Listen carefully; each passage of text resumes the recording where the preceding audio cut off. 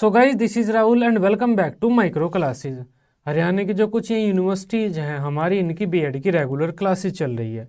आज का हमारा सब्जेक्ट रहेगा चाइल्डहुड एंड ग्रोइंग अप। इस सब्जेक्ट की ये 5th क्लास है। आज का हमारा टॉपिक रहेगा विभिन्न प्रकार के बालक। अब देखो, लास्ट वीडियो में हमने इंडिविजुअल डिफरेंस के बारे में पढ़ा था, उसके आधार पर बालक कितने तरह के होते हैं। तो देखो, वैसे तो बालक कई तरह के होते हैं, लेकिन आपके पेपर में ये 4 तरह के बालक ज़्यादा आते हैं: सामान्य बालक, विशिष्ट बालक, प्रतिभाशाली और अधिगम असमर्थ बालक।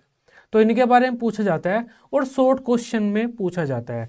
सभी शॉर्ट क्वेश्चन में आएंगे। शॉर्ट से मतलब या तो जो आपका क्वेश्चन नंबर 1 होता है उसमें आएगा ये, या फिर निम्नलिखित पर टिप्पणी लिख दीजिए, वहाँ पर 2-3 लिखे होंगे बालक, उनके बारे में थोड़ा थोड़ा आपको लिखना होगा।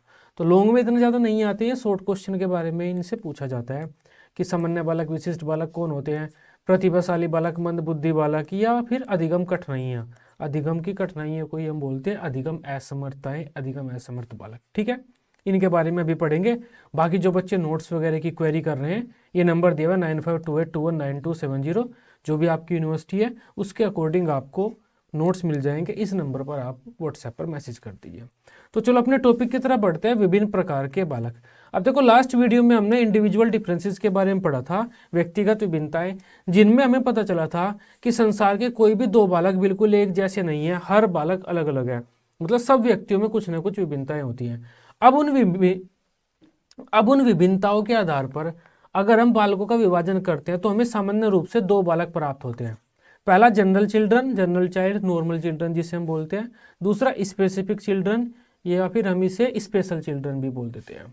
तो सामान्य बालक और विशिष्ट बालक, व्यक्तिगत विभिन्नताओं के आधार पर अगर हम बालकों का विभाजन करें तो हमें 2 प्रकार के बालक देखने के लिए मिलते हैं: सामान्य बालक और विशिष्ट बालक। सामान्य बालक तो नॉर्मल होता है, ठीक ठाक होता है, उसका शरीर ठीक ठाक होता है, उसकी बुद्धि नॉर्मल होती है, अपने डेली काम कर लेता है, दिखने में बिल्कुल सामान्य होता है। तो ज़्यादातर सभी बालक हमारे सामान्य बालक होते हैं। लेकिन विशिष्ट बालक कौन होते हैं? ऐसे बालक जो हमारे सामान्य नहीं है, कोई समस्या है उन्हें, या तो हो सकता है वे सुन नहीं सकते, देख नहीं सकते, ठीक प्रकार चल नहीं सकते, या पढ़ने लिखने में समस्या है, मंदबुद्धि है वह, या फिर वे ज़्यादा इंटेलिजेंट हो गए हैं। अब जो ज़्यादा इंटेलिजेंट बालक है वो भी सामान्य थोड़ी है, उसे भी तो हम बोलते हैं हमारे स्पेशल चिल्ड्रन, हमारे स्कूल का एक स्पेशल चिल्ड्रन है, बहुत ही ज़्यादा इंटेलिजेंट है। तो सामान्य तो ठीक ठाक होते हैं, और जो बालक सामान्य नहीं है वे विशिष्ट होते हैं। अब विशिष्ट बालक हमारे काफ़ी तरह के होते हैं। प्रतिभाशाली ऐसे बालक होते हैं जिनका IQ लेवल हाई होता है, पढ़ने में बहुत तेज होते हैं। मंदबुद्धि बालक प्रतिभाशाली से बिल्कुल उल्टे होते हैं। ये में बालक होते हैं जो अपना काम भी ठीक ठाक नहीं कर पाते, पढ़ाई तो बिल्कुल ही नहीं कर पाती हैं, थोड़ा बहुत पढ़ पाते हैं। पिछड़ा बालक ऐसा बालक होता है जो नॉर्मल अपने काम तो ठीक ठाक कर लेता है, लेकिन क्लास में फेल हो जाता है, पढ़ाई में थोड़ा सा पिछड़ जाता है। विकलांग बालक ऐसे बालक होते हैं, शरीर उनका ठीक नहीं चलता, सुन नहीं सकते, कान में दिक्कत है, बोलने में, देखने में, इन शारीरिक अंगों मतलब जिसे दिक्कत रहती है, हाथ पैर उसके ठीक ठाक काम नहीं करते। अपराधी बालक ऐसा बालक होता है जो किसी भी कारण से आपराधिक गतिविधियों में जुड़ गया है, चोरी करना, दूसरों को परेशान करना, लड़ाई झगड़ा करना, स्कूल का फर्नीचर तोड़ना, ये सब काम करना। संवेगात्मक विकसित बालक, ये ऐसे बालक होते हैं, ये इमोशनली डिस्टर्ब रहते हैं, रोना हंसना कंट्रोल में नहीं होता है इनके, कोई भी हल्की सी कोई गलत बात कही नहीं जो इनके दिल को चुभ जाए, रोने लगते हैं। कोई कहते हैं तो बारिश होगी, बारिश में तू अपने घर नहीं जा पाएगा, वो रोने लगेगा बैठ के। तो इमोशनली डिस्टर्ब बालक होते हैं। नेक्स्ट है अधिगम असमर्थ बालक। ये में बालक होते हैं जो दिखने में तो नॉर्मल से होते हैं, लेकिन पढ़ाई लिखाई में दिक्कत होती है इन्हें, ये ठीक प्रकार पढ़ने लिखने में इन्हें कुछ ना कुछ दिक्कत अवश्य रहती है। अब इन बालकों के IQ लेवल की बात कर लेते हैं। जो प्रतिभाशाली बालक होता है, इंटेलिजेंट बालक, उसका IQ 110 या उससे ज़्यादा होता है। कहीं कहीं पर आपको 120 प्लस देखने के लिए मिलेगा, कुछ बुक्स में 140 प्लस भी लिखा हुआ है। ये क्यों है? क्योंकि अलग अलग मनोवैज्ञानिकों ने अलग अलग विचार दिए हैं अपने, लेकिन सामान्य रूप से हम कह सकते हैं जिसका IQ 110 से ज़्यादा है वो 110 है, 110 से ज़्यादा है, वो कौन है? प्रतिभाशाली है। सामान्य बालकों का IQ कितना होता है? 90 से 109 के बीच होता है, 90 से 110 के आसपास होता है, ये कह सकते हैं आप। पिछड़ा बालक कौन होता है? जो फेल वगैरह हो जाता है, पढ़ाई में पिछड़ जाता है, वैसे अपने डेली काम वो ठीक ठाक कर लेता है। तो पिछड़े बालकों का IQ कितना होता है? 70 से 90 के समथिंग होता है। उसके अलावा होते हैं मंदबुद्धि बालक। अब मंदबुद्धि बालकों में बुद्धि बहुत कम होती है, उनका IQ 0 भी हो सकता है और 0 से 70 के आसपास होता है। मंदबुद्धि बालक भी 3 तरह के होते हैं, इन्हें आप पढ़ सकते हैं, पूछेगा तो कोई नहीं आपसे, बस जो आपका एग्जामिनर है वाइवा में आएगा वो आपसे पूछ सकता है। चलो अब एक एक करके थोड़ा थोड़ा सा इन सभी प्रकार के बालकों के बारे में पढ़ लेते हैं, क्योंकि पेपर में शॉर्ट में आएगा तो आप अपने शब्दों में फिर घुमा फिरा कर लिख देना। सबसे पहला सामान्य बालक। अब सामान्य बालक जनरल चिल्ड्रन इसे हम बोलते हैं, नॉर्मल चिल्ड्रन या नॉर्मल चाइल्ड कह देते हैं। सामान्य बालक ऐसे बालक होते हैं, किसी भी कक्षा के ज़्यादातर जिस तरह के बालक हमें देखने के लिए मिलते हैं उसे हम सामान्य बालक बोलते हैं। ज़्यादातर अराउंड ये 70 से 80% है, 70 से 80% किसी बालक में सामान्य बालक ही होते हैं, किसी भी कक्षा में सामान्य बालक ही होते हैं। अब सामान्य बालक कौन होता है?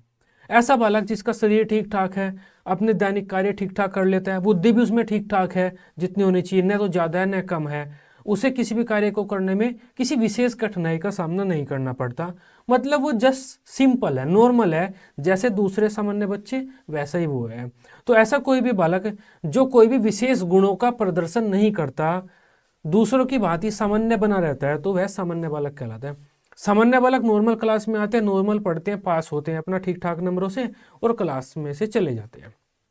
ठीक है, इनका IQ कितना होता है? 90 से 100 होता है। तो ऐसा कोई भी बालक जो विशिष्ट बालक नहीं है, या ऐसा कोई भी बालक जो किसी विशेष गुण या विशिष्ट क्वालिटी का वर्णन नहीं, विशिष्ट क्वालिटी को, विशेष गुण को नहीं दर्शाता, सामान्य बालक कहलाता है। जैसे ये है, किसी भी क्लास के सामान्य बालक हैं, खेल कूदते हैं, ठीक ठाक हैं पढ़ने में और अपना काम खत्म करके सिंपल तरीके से चले जाते हैं स्कूल से, कोई इन्हें दिक्कत वगैरह ही नहीं होती। इसके अलावा दूसरा होता है विशिष्ट बालक। किसी भी क्लासरूम का ऐसा बालक जो सामान्य नहीं है, विशिष्ट बालक कहलाता है। अब विशिष्ट बालक कौन हो सकते हैं? पहला तो ज़्यादा इंटेलिजेंट, जो ओवर इंटेलिजेंट हो गया, इसका जिसका IQ 140 120 हो गया, पढ़ने में बहुत तेज है वो बच्चा, तो वो विशिष्ट है, सामान्य नहीं रहा वो। सामान्य तो कौन है? जो ठीक ठाक है पढ़ने में। विशिष्ट क्यों है वो? क्योंकि उस पर हमें अलग से ध्यान देना पड़ेगा। भाई ये बहुत तेज है पढ़ने में, इसे ज़्यादा काम देना पड़ेगा हमें। अगर मैं सिंपल मेथड से पढ़ाऊंगा तो वो बोर हो जाएगा क्लासरूम में। तो कंटेंट मतलब उसे क्या बोलते हैं, उसे ऐसे ऐसे टॉपिक पढ़ाने पड़ेंगे उस बच्चे को जो चैलेंजिंग हो, तो वो स्पेशल चिल्ड्रन है हमारे लिए। इसके अलावा जो बच्चे ठीक ठाक चल नहीं सकते, देख नहीं सकते, सुन नहीं सकते, मंदबुद्धि हैं, कक्षा में फेल हो जाते हैं या अपराधी बन जाते हैं, वे सारे बालक विशिष्ट बालक हैं। विशिष्ट बालक ऐसे बालक होते हैं जिनमें कोई ना कोई एक विशेष गुण होता है जो उन्हें सामान्य बच्चों से अलग करता है। तो ऐसा कोई भी बालक जिसमें कोई भी एक विशेष गुण है, या ऐसा कोई भी बालक जो विशिष्ट गुण का प्रदर्शन करते हैं, जिसके कारण वे बालक सामान्य बच्चों से अलग क्वालिटी दिखाते हैं, जो या फिर सामान्य बच्चों से वे अलग हो जाते हैं, उन बालकों को हम विशिष्ट बालक कहलाते हैं। जो बालक देख नहीं सकते, सुन नहीं सकते, चल नहीं सकते, आने जाने में जिन्हें दिक्कत है, इमोशनली जो डिस्टर्ब हैं, या जो ज़्यादा इंटेलिजेंट हो गए हैं, मंदबुद्धि हैं, ठीक प्रकार सोच नहीं सकते, क्रिएटिव बालक भी कह सकते हैं हम, तो वे सारे बालक हमारे विशिष्ट बालकों की श्रेणी में आएंगे। डेफिनेशन आप ऐसे लिख सकते हैं, विशिष्ट बालक में कोई ना कोई एक विशेष गुण होता है जो उन्हें सामान्य बालकों से अलग करता है। अब एक और बात सुनो ध्यान से, कि ऐसा कोई भी बालक जो कोई भी विशेष गुण का प्रदर्शन नहीं करता उसे हम सामान्य बालक कहेंगे, और ऐसा बालक जो विशेष गुण का प्रदर्शन करता है वो विशिष्ट बालक कहलाएगा। कोई भी गुण हो सकता है, वो जो ज़्यादा इंटेलिजेंट है वो भी विशेष गुण है उसके पास कि वो ज़्यादा इंटेलिजेंट है, तो वो भी विशिष्ट है। कोई मंदबुद्धि है, वो भी तो उसका एक विशेष गुण है कि ये मंदबुद्धि है, ज़्यादा चीज़ों को नहीं समझता है, तो वो भी आपका विशिष्ट बालक है। आई बात समझ में? थोड़ा सा इनके बारे में पढ़ लेते हैं। व्यक्तिगत विभिन्नताओं के आधार पर अगर हम बालकों का विभाजन करें तो दो तरह से हम बांट सकते हैं बालकों को, सामान्य बालक और विशिष्ट बालक। सामान्य बालक तो वे बालक होते हैं जिनका शारीरिक मानसिक स्वास्थ्य है, शरीर की बनावट बिल्कुल सिंपल होती है और उन्हें कोई भी दैनिक कार्य करने में किसी भी विशेष परेशानी का सामना नहीं करना पड़ता। सामान्य बालकों के विपरीत कुछ बालक ऐसे होते हैं जिनका शारीरिक या मानसिक स्वास्थ्य सामान्य बालकों से अलग होता है। अपनी इन्हीं विशेषताओं के कारण उन्हें अपने जीवन की विभिन्न परिस्थितियों में समस्याओं का सामना करना पड़ता है। तो ऐसा कोई भी बालक जो किसी विशेष गुण का प्रदर्शन करता है विशिष्ट बालक कहलाता है। विशिष्ट बालकों में कोई ना कोई ऐसा गुण होता है जो उन्हें सामान्य बालकों से अलग करता है। जो विशिष्ट बालक होते हैं ये या तो श्रेष्ठ हो सकते हैं या हीन हो सकते हैं। विशिष्ट बालक या तो सामान्य बालकों से अच्छे हो सकते हैं या सामान्य बालकों से हीन हो सकते हैं, पढ़ाई में उनसे पिछड़ सकते हैं। ये बालक या तो शिक्षा के क्षेत्र में सामान्य बालकों से आगे निकल जाते हैं या उनसे बहुत ही पिछड़ जाते हैं। दोनों ही स्थितियों में एक टीचर को इन पर अलग से ध्यान देना पड़ता है, इसी वजह से हम इन्हें विशिष्ट बालक कहते हैं। एक टीचर इनकी अलग से शिक्षण की व्यवस्था करता है, अलग से ध्यान देता है, इनकी समस्याओं को जानता है और उसके आधार पर इनकी शिक्षा की व्यवस्था करता है। अतः ऐसे बालक जो अपनी योग्यताओं, अक्षमताओं और व्यवहार की दृष्टि से अपने आयु वर्ग के अधिकांश बालकों से भिन्न होते हैं, विशिष्ट बालक कहलाते हैं। आई बात समझ में आपकी? विशिष्ट बालक ऐसा बालक होता है जो सामान्य बालकों से अलग होता है। इनका अपना कोई एक विशेष गुण होता है जो इन्हें सामान्य बालकों से अलग करता है। सामान्य बालक तो सिंपल से होते हैं, किसी क्लास के ज़्यादातर जो बालक होते हैं वे सामान्य बालक ही होते हैं। सामान्य बालकों का जो विकास होता है, शारीरिक, बौद्धिक, मानसिक, संवेगात्मक, वो व्यवस्थित होता है, नॉर्मल होता है, जिस तरह से होना चाहिए उसी तरह से होता है। उन्हें कोई भी नॉर्मल काम करने में कोई भी समस्या नहीं होती। सामान्य बालकों को बुद्धि उनमें नॉर्मल होती है, ठीक है, ऐसा बालक सामान्य बालक होता है। लेकिन ऐसा बालक जिसमें कोई एक विशेष गुण है वो विशिष्ट बालक कहलाएगा। चाहे मंदबुद्धि हो सकता है, चाहे शारीरिक समस्या है उसे, चाहे वो ज़्यादा इंटेलिजेंट हो सकता है। अब विशिष्ट बालक बहुत तरह के होते हैं, काफ़ी सारे तरह के होते हैं, लेकिन प्रतिभाशाली बालक, मंदबुद्धि बालक और इसके अलावा आपके ये अधिगम असमर्थ बालक, ये 3 बालक शायद आपके पेपर में ज़्यादा आते हैं। हाँ, इनके बारे में अब हम बात करेंगे। पिछड़ा बालक वो होता है जो फेल हो जाता है, पढ़ाई में पिछड़ जाता है। विकलांग बालकों को तो आप जानते हैं, जिनका शरीर ठीक से काम ना करे। अपराधी बालक में होते हैं जो अपराधी गतिविधियों में लग जाते हैं। बाकी 3 के बारे में अब हम डिस्कशन करते हैं। ये हमारे विशिष्ट बालकों के बारे में अब हम चर्चा कर रहे हैं। हमने सामान्य बालकों के बारे में पढ़ लिया, विशिष्ट बालकों के बारे में पढ़ लिया। अब विशिष्ट बालक भी अलग अलग तरह के होते हैं। तो विशिष्ट बालकों में एक प्रकार होता है हमारा प्रतिभाशाली बालक, जिसे हम गिफ्टेड चिल्ड्रन बोलते हैं। अब देखो, प्रतिभाशाली बालक किसे बोलते हैं हम? ऐसा बच्चा जो ओवर स्मार्ट हो, ज़्यादा इंटेलिजेंट हो। देखो, हमारी क्लास में 1-2 बच्चा ऐसा होता ही है। देखो, ये सब में देखने के लिए नहीं मिलते, विशिष्ट बालक हर क्लास में देखने के लिए नहीं मिलते। हमारी क्लास का जो टॉपर है, हम उसे विशिष्ट बालक नहीं कह सकते। विशिष्ट बालक हमारे साथ स्कूल में, अगर हम डेप्थ में जाएं, अच्छा विशिष्ट बालक कौन है, तो स्कूल में हमारे 1-2 निकलेंगे। विशिष्ट बालक जिनका IQ बहुत ही ज़्यादा होता है, अच्छा होता है, जिनका IQ 110 या उससे ज़्यादा होता है, ये पढ़ाई में बहुत अच्छे होते हैं, कॉन्सेप्ट्स को जल्दी समझ जाते हैं। इंटेलेक्चुअल क्वालिटी इनमें ज़्यादा होती है। हो सकता है फिजिकल गेम अच्छा ना खेल पाएँ, लेकिन बुद्धि इनमें तेज होती है, कॉन्सेप्ट को जल्दी से समझ जाते हैं। जो हमारे शिक्षण अधिगम प्रक्रिया है, विद्यालय शिक्षण है, उसमें अच्छे अंक लाते हैं, ये अच्छा प्रदर्शन करते हैं, रिजल्ट इनका अच्छा रहता है, टीचर्स के साथ इंटरेक्शन इनका अच्छा रहता है। तो कुछ ये क्वालिटी होती है इनमें। ये उच्च योग्यता वाले होते हैं, परीक्षा में उच्च अंक लाकर सभी को चकित कर देते हैं। इनमें कल्पना शक्ति, तर्क शक्ति, स्मरण शक्ति, सूझ शक्ति, मतलब इनकी क्रिएटिविटी, लॉजिकल क्रिएटिविटी तो हम फिर भी इतना नहीं कह सकते, लेकिन फिर भी ये क्रिएटिव होते हैं। इनकी क्रिएटिविटी, वो क्रिटिकल थिंकिंग, चिंतन करने की क्षमता, तर्क वितर्क करने की क्षमता ज़्यादा होती है। ये किसी भी एक चीज़ पर अपना ध्यान अधिक देर तक केंद्रित कर सकते हैं, कक्षा में अच्छा प्रदर्शन करते हैं, और कक्षा में इन बालकों की जो गणना होती है अच्छे बालकों में होती है कि ये अच्छा बालक है, होशियार है। कक्षा का जो भी होशियार, अधिक बुद्धि वाला बालक होता है वो इस श्रेणी में आ जाता है हमारा। इन बालकों की पर क्या है, प्रतिभाशीलता के कारण ही इन्हें सामान्य बालकों के साथ समायोजन करने में अनेक समस्याओं का सामना करना पड़ता है। अब देखो, ये बालक हमारे इंटेलिजेंट तो हैं, ज़्यादा इंटेलिजेंट हैं, तो इसी इंटेलिजेंट होने के कारण इन्हें सामान्य बच्चों के साथ बैठकर पढ़ने में समस्याओं का सामना करना पड़ता है। ये बोर हो जाते हैं, इन्हें ऐसा लगता है कि हमारा एक टीचर एक ही बात को 3-3, 4-4 बार बता रहा है, वो मूर्ख है क्या?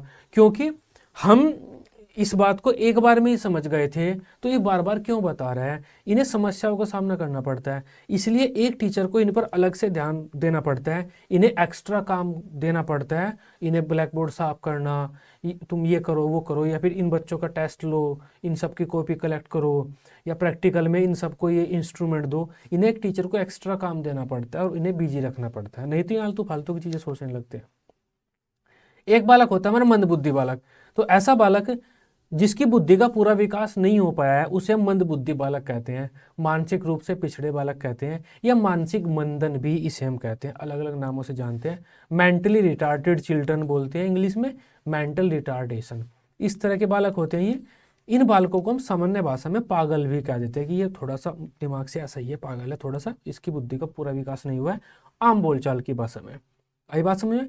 तो ऐसा बालक जिसकी बुद्धि का पूरा विकास नहीं हो पाया है, उस बालक को हम मंदबुद्धि बालक कहते हैं।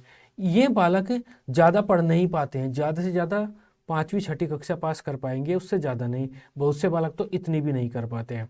इन बालकों पर हमें निरंतर ध्यान देना पड़ता है कि ये बालक मतलब एक्सीडेंट ना हो जाए, इनके साथ चोट न लग जाए, जैसे बिजली का सॉकेट है वो टच न हो जाए, करंट न लग जाए, बेड से ना गिर जाइए, बाहर रोड पर एक्सीडेंट न हो जाए, छत से ना गिर जाए। तो इन बालकों पर हमें ध्यान रखना पड़ता है, इन्हें कपड़े पहनाने पड़ते हैं, खाना भी इन्हें हमें खुद खिलाना पड़ता है। कुछ बालक खाना खुद खा लेते हैं, लेकिन देख रेख हमें उनकी करनी पड़ती है कि ठीक ठाक खाना खा रहा है या उसे ऐसे ही ये बर्बाद कर रहा है, कपड़े खराब कर रहा है अपना खाने में।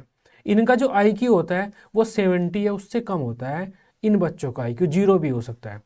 क्रो एंड क्रो ने एक अच्छी परिभाषा दी है, ऐसा जो बच्चा जिसका IQ 70 है या उससे कम है वो मंदबुद्धि बालक कहलाता है। चलो नेक्स्ट बात कर लेते हैं हम अधिगम असमर्थ बालकों की। जो अधिगम असमर्थ बालक कौन होते हैं, ये क्वेश्चन आपके पेपर में अलग अलग तरह से आता है। पहला तो ये आ सकता है कि अधिगम असमर्थ बालक कौन होते हैं समझाइए, या फिर अधिगम की कठिनाइयों को समझाइए, अधिगम की समस्याओं को समझाइए। इस तरह से ये क्वेश्चन आपके पेपर में आ जाता है।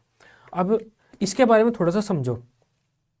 कुछ बालक ऐसे बालक होते हैं जो दिखने में तो सामान्य होते हैं, घर का काम अपना नॉर्मल कर रहे हैं, सब कुछ ठीक ठाक है, लेकिन जब वे पढ़ाई करेंगे, शिक्षण अधिगम प्रक्रिया में आएंगे, जब वे पढ़ाई करेंगे उस टाइम पर उन्हें कुछ समस्याओं का सामना करना पड़ेगा।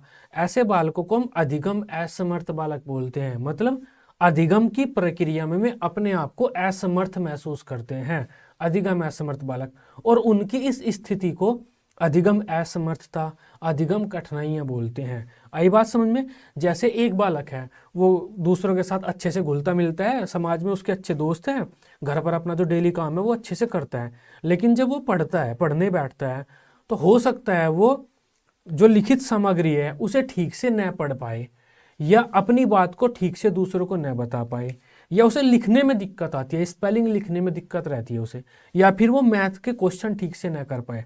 मतलब पढ़ लिख भी रहा है वो, लेकिन मैथ के क्वेश्चन में उसे दिक्कत है। ये क्यों होता है? मस्तिष्क की कमी के कारण।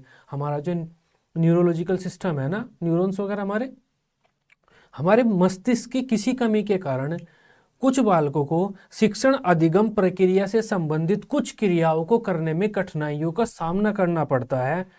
ऐसे बालकों को हम अधिगम असमर्थ बालक कहते हैं, और इस स्थिति को अधिगम असमर्थता कहते हैं। अधिगम असमर्थता एक ऐसी स्थिति है जिसमें बालक अधिगम संबंधी क्रियाओं को करने की योग्यता को या तो पूर्ण रूप से खो देता है या आंशिक रूप से खो देता है। जैसे कोई बालक वैसे तो ठीक ठाक काम कर रहा है, लेकिन लिखी हुई चीज को पढ़ नहीं पाता, गड़बड़ कर देता है, शब्दों को आगे पीछे कर देता है, सब उच्चारण उसका गलत है, ज़्यादा ही गलत है उसका उच्चारण। या फिर कोई दूसरा बालक जो बोल तो लेता है लेकिन वो लिख नहीं पाता, जब लिखता है तो स्पेलिंग गड़बड़ कर देता है। या कोई बालक जो नॉर्मल पढ़ लिख लेता है लेकिन मैथ के क्वेश्चन जोड़ घटा गुना भाग नहीं सीख सकता, वो मान लेते हैं हमारा 6th क्लास में आ गया या 5th क्लास में आ गया, लेकिन जोड़ घटा गुना भाग के बेसिक से क्वेश्चन में वो गड़बड़ कर देता है। हम उसे बार बार सिखा रहे हैं फिर भी नहीं सीख पा रहा है वो, क्योंकि उसके मस्तिष्क में कोई कमी है जिस वजह से वो उस कॉन्सेप्ट को नहीं समझ पा रहा है। तो ऐसे बालक अधिगम असमर्थ बालक कहलाते हैं, और उनकी सक्षमता को अधिगम असमर्थता कहते हैं हम। तो यहाँ पर वही लिखा हुआ है जो मैंने आपको बताया। तो अधिगम असमर्थ बालक सुनने में, बोलने में, समझने में, पढ़ने लिखने में या गणितीय कार्यों को करने में असमर्थ महसूस करते हैं। जैसे ये बालक पढ़ते लिखते समय तो शब्दों को आगे पीछे कर देंगे, या एक जैसे दिखने वाले वर्णों को समझ नहीं पाएंगे, उनके उच्चारण में या लिखने में गड़बड़ कर देंगे। ठीक है, चलो अब इनके बारे में थोड़ा सा पढ़ लेते हैं। और अधिगम असमर्थता की स्थितियां। अधिगम असमर्थ बालकों की अलग अलग स्थितियों को हमने अलग अलग नाम से अलग अलग नाम रख दिए हैं। देखो अधिगम असमर्थ बालक कौन होते हैं? वे बालक जो शिक्षण अधिगम प्रक्रियाओं में कुछ योग्यताएं होती हैं वो उनमें नहीं होती, वे शिक्षण अधिगम प्रक्रिया में कठिनाइयों का महसूस करते हैं। तो अधिगम असमर्थता की अलग अलग स्थितियां होती हैं, उन्हें हमने अलग अलग नामों से पुकारा जाता है, उन्हें उनके हमने अलग अलग नाम दे दिए हैं। जैसे एफेजिया, कोई बालक अगर बोलकर अपनी बात को ठीक से नहीं कह पाता या दूसरे कुछ बात बोल रहे हैं उसे ठीक से नहीं समझ पाता, तो उसकी उस स्थिति को एफेजिया बोलते हैं, भाषाघात। या डिसलेक्सिया, डिसलेक्सिया मतलब पढ़ने से संबंधित होता है। कोई बालक ठीक से पढ़ नहीं पाता, जो चीज़ लिखी हुई है उसे ठीक से पढ़ नहीं पाता, वो पढ़ते टाइम या तो वर्णों को आगे पीछे कर देता है, 12 को 21 कह देता है, वाज को सा कह देता है, या प्रोनाउंसिएशन गलत करता है, या फिर जो सिमिलर लेटर होते हैं, देखो ये एक जैसे एक जैसे दिखने वाले जो लेटर होते हैं उनमें अंतर नहीं कर पाता, मतलब उसे पढ़ने में दिक्कत होती है, उस स्थिति को हमने डिसलेक्सिया कह दिया है। डिस्ग्राफिया क्या होता है? एक ऐसा बालक जो लिखने में दिक्कतों का सामना करता है, वो वर्णों को आगे पीछे कर देता है या समान दिखने वाले वर्णों में अंतर नहीं कर पाता, तो वो डिस्ग्राफिया है। डिस्ग्राफिया लिखने से संबंधित होता है। डिस्कैलकुलिया गणित, जो बेसिक से गणित की कैलकुलेशन होती है जो बच्चा वो नहीं कर पाता है, उसे हम डिस्कैलकुलिया कहते हैं। हो सकता है किसी बच्चे में कोई एक ही समस्या हो इनमें से, या हो सकता है किसी बच्चे में एक से ज़्यादा हो सकता है किसी बच्चे में जो ये समस्याएं हैं ये थोड़ी थोड़ी हो, या किसी बच्चे में बहुत ही गंभीर स्थिति में हो। तो सबकी अलग अलग क्वालिटी होती है हर बच्चे की। आई बात समझ में? अधिगम असमर्थता या अधिगम कठिनाई क्या होता है? अधिगम कठिनाई, अधिगम असमर्थता, अधिगम कठिनाई उस स्थिति को बोलते हैं हम जिस स्थिति में कोई बालक शिक्षण अधिगम प्रक्रिया संबंधित कुछ क्रियाओं को करने की जो योग्यता है वो आंशिक रूप से पूर्ण रूप से खो देता है। और जो वो योग्यता खोता है उसकी जो स्थितियां होती है उसे भी हम अलग अलग नामों से जानते हैं। एफएजिया में बालक ठीक से बोलकर बात को कह नहीं पाता, समझ नहीं पाता, कम्युनिकेशन, एफएजिया में बालक को कम्युनिकेशन की दिक्कत हो जाती है। डिसलेक्सिया में लिखने की, डिसलेक्सिया में पढ़ने की, डिस्ग्राफिया में लिखने की और डिस्कैलकुलिया में गणित की। आई बात समझ में? आई थिंक आप अधिगम असमर्थ बालकों को समझ पाए होंगे। ये वे बालक होते हैं जो शिक्षण अधिगम प्रक्रियाओं में जो एक्टिविटी होती है, जो गतिविधियां होती हैं, जो क्रियाएं होती हैं, उन क्रियाओं को करने की अक्षमता को खो देते हैं। और इस स्थिति को हम बोलते हैं अधिगम असमर्थता, अधिगम कठिनाई। पेपर में आता है ये क्वेश्चन, अधिगम कठिनाई से आप क्या समझते हैं? ये एक ऐसी स्थिति होती है जिसमें बालक शिक्षण अधिगम प्रक्रियाओं से संबंधित क्रियाओं को करने की योग्यता या तो आंशिक रूप से या पूर्ण रूप से खो देता है। ठीक है, तो इनके बारे में थोड़ा थोड़ा सा आप लिख देना। तो ये आज की हमारी क्लास थी। आई होप आप इन टॉपिक्स को अच्छे से समझ पाए होंगे। सामान्य बालक, विशिष्ट बालक, प्रतिभाशाली, मंदबुद्धि, और हमारे ये देखो आया हुआ है अधिगम की कठिनाइयों पर टिप्पणी लिखिए। तो अधिगम की कठिनाइयों में आपको थोड़ा सा लिखना पड़ेगा कि अधिगम कठिनाइयाँ क्या होता है। आप ये भी लिख सकते हैं कि ये अधिगम कठिनाई होती है, और ऐसे बालक जिन बालकों को अधिगम की कठिनाइयाँ होती है उन्हें अधिगम असमर्थ बालक कहते हैं। तो आप उन दोनों तरह से लिख सकते हैं ये बात। अधिगम असमर्थ बालक क्या होते हैं, या अधिगम की कठिनाइयाँ या अधिगम असमर्थता क्या होती है, किसी भी तरह से आपके पेपर में आए उसी तरह से लिख देना। बाकी जो बच्चे अपनी यूनिवर्सिटी का नोट्स लेना चाहते हैं, क्लासेस तो हमारी जनरली सभी यूनिवर्सिटी की चल रही हैं, लेकिन आपको अपनी स्पेशल यूनिवर्सिटी के लिए नोट्स चाहिए तो 9528219270 ये नंबर दिया हुआ है, इस नंबर पर कॉन्टैक्ट करके आप नोट्स ले सकते हैं। आई थिंक आप इस टॉपिक को बेहतर तरीके से समझ पाए हैं। वीडियो आपको अच्छी लगी हो, आप इसे अपने दोस्तों के साथ ग्रुप्स वगैरह में शेयर कर सकते हैं। बीएड की इसी तरह से सभी सब्जेक्ट की डेली रेगुलर क्लासेस लेने के लिए आप इस चैनल को सब्सक्राइब कर सकते हैं। Till then, bye bye, take care.